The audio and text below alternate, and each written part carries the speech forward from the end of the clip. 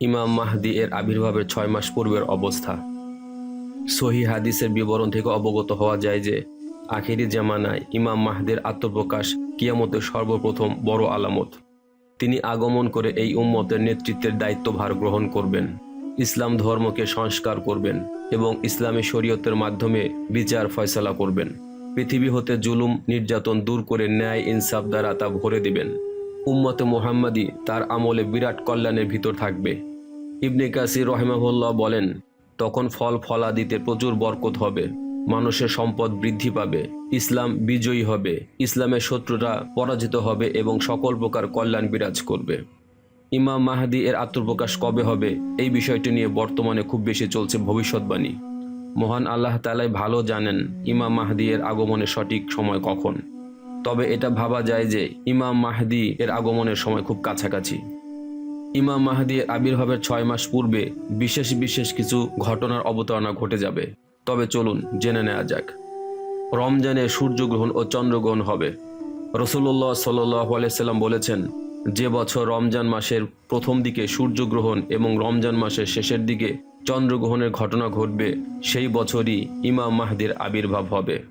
আল বুরহান ফি আলামাতিল মাহদী গ্রন্থের 38 পৃষ্ঠায় আল্লামা মুত্তাকি রহমাহুল্লাহ এই হাদিসটি উদ্ধৃত করেছেন। গুপ্তধন নিয়ে খলিফা পুত্রদের ঝগড়া হবে। নবী করিম সাল্লাল্লাহু আলাইহি ওয়াসাল্লাম বলেন, তোমাদের গুপ্তধনের নিকট 3 জন লোক ঝগড়া করবে, প্রত্যেকেই হবে খলিফার পুত্র, কেউ তা দখল করতে পারবে না।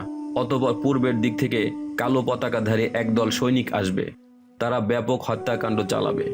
তোমরা যখন তাদেরকে দেখতে পাবে তখন তাদের নেতার হাতে বায়াত করবে, যদিও বরফের উপর হামাগুড়ি দিয়ে উপস্থিত হতে হয়, কেননা তিনি হলেন আল্লাহর খলিফা মাহদী। ইবনে মাজাহ অধ্যায় কিতাবুল ফিতান। আল্লামা ইবনে কাসির রহিমাহুল্লাহ বলেন, উল্লেখিত হাদিসে যে ধন ভাণ্ডারের কথা বলা হয়েছে তা হলো কাবা ঘরে ধন ভাণ্ডার। 3 জন খলিফার পুত্র তা দখল করার জন্য ঝগড়া করবে, কেউ তা দখল করতে পারবে না। সর্বশেষে পূর্বের কোনো একটি দেশ হতে মাহদী আগমন করবেন। তিনি আরও বলেন, পূর্বাঞ্চলের লোকেরা তাকে সাহায্য করবে এবং তার শাসনকে সমর্থন করবে। কাবা ঘরের পাশে তার জন্য বায়াত করা হবে। রমজান মাসে প্রচণ্ড জোরে আওয়াজ হবে। ফিরোজ দাইলামি রহিমাহুল্লাহ বর্ণনা করেন, আল্লাহ রাসূল সাল্লাল্লাহু আলাইহি সাল্লাম বলেছেন, কোনো এক রমজানে প্রচণ্ড জোরে আওয়াজ আসবে।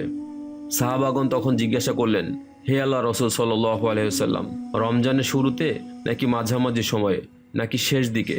নবীজি সাল্লাল্লাহু আলাইহি ওয়াসাল্লাম বলেন, না, বরং রমজানের মাঝামাঝি সময়ে, ঠিক মধ্য রমজানের রাতে। শুক্রবার রাতে আকাশ থেকে একটি শব্দ আসবে, সেই শব্দের প্রচণ্ডতায় 70,000 মানুষ জ্ঞান হারিয়ে ফেলবে আর 70,000 বধির হয়ে যাবে। মাজমাউজ জাওয়ায়েদ খণ্ড 7 পৃষ্ঠা 310। জুলফে বিশিষ্ট একটি তারকা বা অগ্নিশিখা উদিত হবে। হযরত কাব রহিমাহুল্লাহ বলেন, ইমাম মাহদী আগমনের পূর্বে পূর্ব আকাশে জুলফি বিশিষ্ট একটি তারকা উদিত হবে। কিতাব আল ফিতান হাদিস 442। আবু জাফর ইবনে মুহাম্মদ ইবনে আলী রহিমাহুল্লাহ বলেন, যখন পূর্বাকাশে 3 থেকে 7 দিন পর্যন্ত আগুনের অগ্নিশিখা দেখতে পাবে, তখন আহলে মুহাম্মদ সাল্লাল্লাহু আলাইহি সাল্লামের জন্য অপেক্ষা করো, অর্থাৎ ইমাম মাহদীর জন্য অপেক্ষা করো। এক পর্যায়ে আল্লাহ তাআলা হযরত জিবরাইল আলাইহিস সালাম এর মাধ্যমে মাহদী এর নাম ঘোষণা করবেন, যা পৃথিবীর সকল মানুষ শুনতে পাবে। আল মুত্তাকি আল হিন্দ আল বুরহান ফি আলামাত আল মাহদী পৃষ্ঠা নম্বর 32। এছাড়াও রেওয়ায়েতে বর্ণিত আছে 5টি এমন ঘটনা রয়েছে যা অবশ্যই ইমাম মাহদী এর আবির্ভাবের পূর্বে ঘটবে। 1. সুফিয়ানীদের বিদ্রোহ। 2. ইয়ামানীদের বিদ্রোহ। 3. আসমানি আহ্বান। 4. নাফসে জাকিয়ার হত্যা। 5. মক্কা ও মদিনার মাঝে বাইদা নামক স্থানে সুফিয়ানীরা ধ্বংস হবে। তবে উল্লেখ্য, এই ঘটনাটি ইমাম মাহদীর আবির্ভাবের পর সংঘটিত হবে।